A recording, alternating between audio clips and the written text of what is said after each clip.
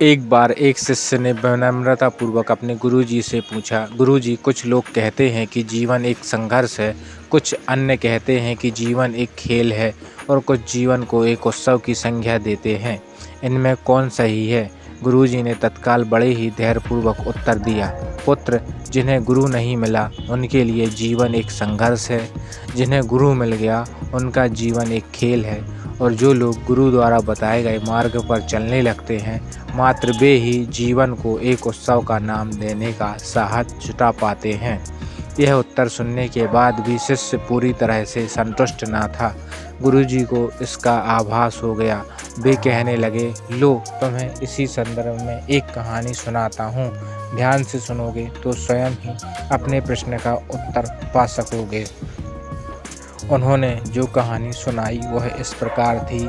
एक बार की बात है कि किसी गुरुकुल में 3 शिष्यों ने अपना अध्ययन संपूर्ण करने पर अपने गुरुजी से यह बताने के लिए विनती की कि उन्हें गुरु दक्षिणा में उनसे क्या चाहिए। गुरुजी पहले तो मंद मंद मुस्कुराए और फिर बड़े स्नेहपूर्वक कहने लगे, मुझे तुमसे गुरु दक्षिणा में एक थैला भर के सूखी पत्तियाँ चाहिए, ला सकोगे?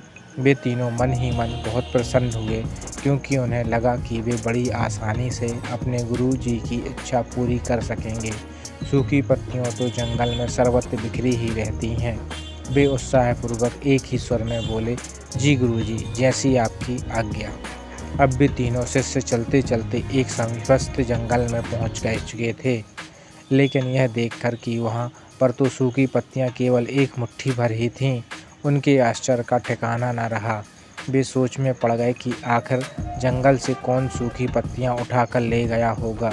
इतने में ही उन्हें दूर से आता हुआ कोई किसान दिखाई दिया। वे उसके पास पहुंचकर उससे विनम्रतापूर्वक याचना करने लगे कि वह उन्हें केवल एक थैला भर सूखी पत्तियां दे दे। अब उस किसान ने उससे क्षमा याचना करते हुए उन्हें यह बताया कि वह उनकी मदद नहीं कर सकता, क्योंकि उसने सूखी पत्तियों का ईंधन के रूप में ही पहले ही उपयोग कर लिया था। अब वे तीनों पास में ही बसे एक गांव की ओर इस आशा से बढ़ने लगे थे कि हो सकता है वहां उस गांव में उनकी कोई सहायता कर सके। वहां पहुंचकर उन्होंने जब एक व्यापारी को देखा तो बड़ी उम्मीद से उसने एक थैला भर सूखी पत्तियां देने के लिए प्रार्थना करने लगे, लेकिन उन्हें फिर से एक बार निराशा ही हाथ आई, क्योंकि उस व्यापारी ने तो पहले ही कुछ पैसे कमाने के लिए सूखी पत्तियों के दोने बनाकर बेच दिए थे। लेकिन उस व्यापारी ने उदारता दिखाते हुए उन्हें एक बूढ़ी माँ का पता बताया जो सूखी पत्तियां एकत्रित किया करती थी, पर भाग्य ने यहाँ पर भी उनका साथ नहीं दिया, क्योंकि वह बूढ़ी माँ तो उन पत्तियों को अलग अलग करके कई प्रकार की औषधियाँ बनाया करती थी।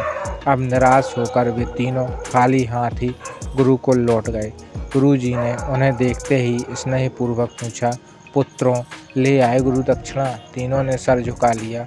गुरुजी द्वारा दोबारा पूछे जाने पर उनमें से एक शिष्य कहने लगा, गुरुदेव, हम आपकी इच्छा पूरी नहीं कर पाए। हमने सोचा था कि सूखी पत्तियां तो जंगल में सर्वत्र बिखरी ही रहती होंगी, लेकिन बड़े ही आश्चर्य की बात है कि लोग उनका भी कितना तरह से उपयोग करते हैं। गुरुजी फिर पहले की ही तरह मुस्कुराते हुए प्रेम पूर्वक बोले, निराश क्यों होते हो? प्रसन्न हो जाओ, और यही ज्ञान की सूखी पत्तियां भी व्यर्थ नहीं हुआ करती, बल्कि उनके भी अनेक उपयोग हुआ करते हैं। मुझे गुरु दक्षिणा के रूप में दे दो। तीनों शिष्य गुरुजी को प्रणाम करके खुशी खुशी अपने घर की ओर चले गए। वह शिष्य जो गुरुजी की कहानी एकाग्रचित्त होकर सुन रहा था, अचानक बड़े उत्साह से बोला, गुरुजी, अब मुझे अच्छी तरह से ज्ञात हो गया है कि आप क्या कहना चाहते हैं। आपका संकेत वस्तुतः इसी ओर है ना, कि जब सर्वत्र सुलभ सूखी पत्तियां भी निरर्थक या बेकार नहीं होती हैं, तो फिर हम कैसे किसी भी वस्तु या व्यक्ति को छोटा या महत्वहीन मानकर उसका तिरस्कार कर सकते हैं। चींटी से लेकर हाथी तक और सुई से लेकर तलवार तक सभी का अपना अपना महत्व होता है। गुरुजी भी तुरंत ही बोले, हाँ पुत्र, मेरे कहने का भी यही तात्पर्य है कि हम जब भी किसी से मिलें तो उसे यथा योग्य मान देने का भरसक प्रयास करें ताकि आपस में स्नेह, सद्भावना, सद्भावना एवं सहिष्णुता का विस्तार होता रहे और हमारा जीवन संघर्ष के बजाय उत्सव बन सके। दूसरे, यदि जीवन को एक खेल ही माना जाए तो बेहतर यही होगा कि हम निर्विक्षेप, स्वस्थ एवं शांत प्रतियोगिता में ही भाग लें और अपने निष्पादन तथा निर्माण को ऊंचाई के शिखर पर ले जाने का अथक प्रयास करें। अब शिष्य पूरी तरह से संतुष्ट था।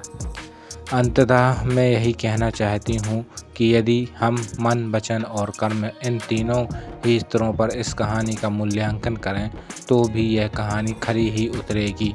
सबके प्रति पूर्वाग्रह से मुक्त मन वाला व्यक्ति अपने वचनों से कभी भी किसी को आहत करने का दुस्साहस नहीं करता और उसकी यही ऊर्जा उसके पुरुषार्थ के मार्ग की समस्त बाधाओं को हल लेती है।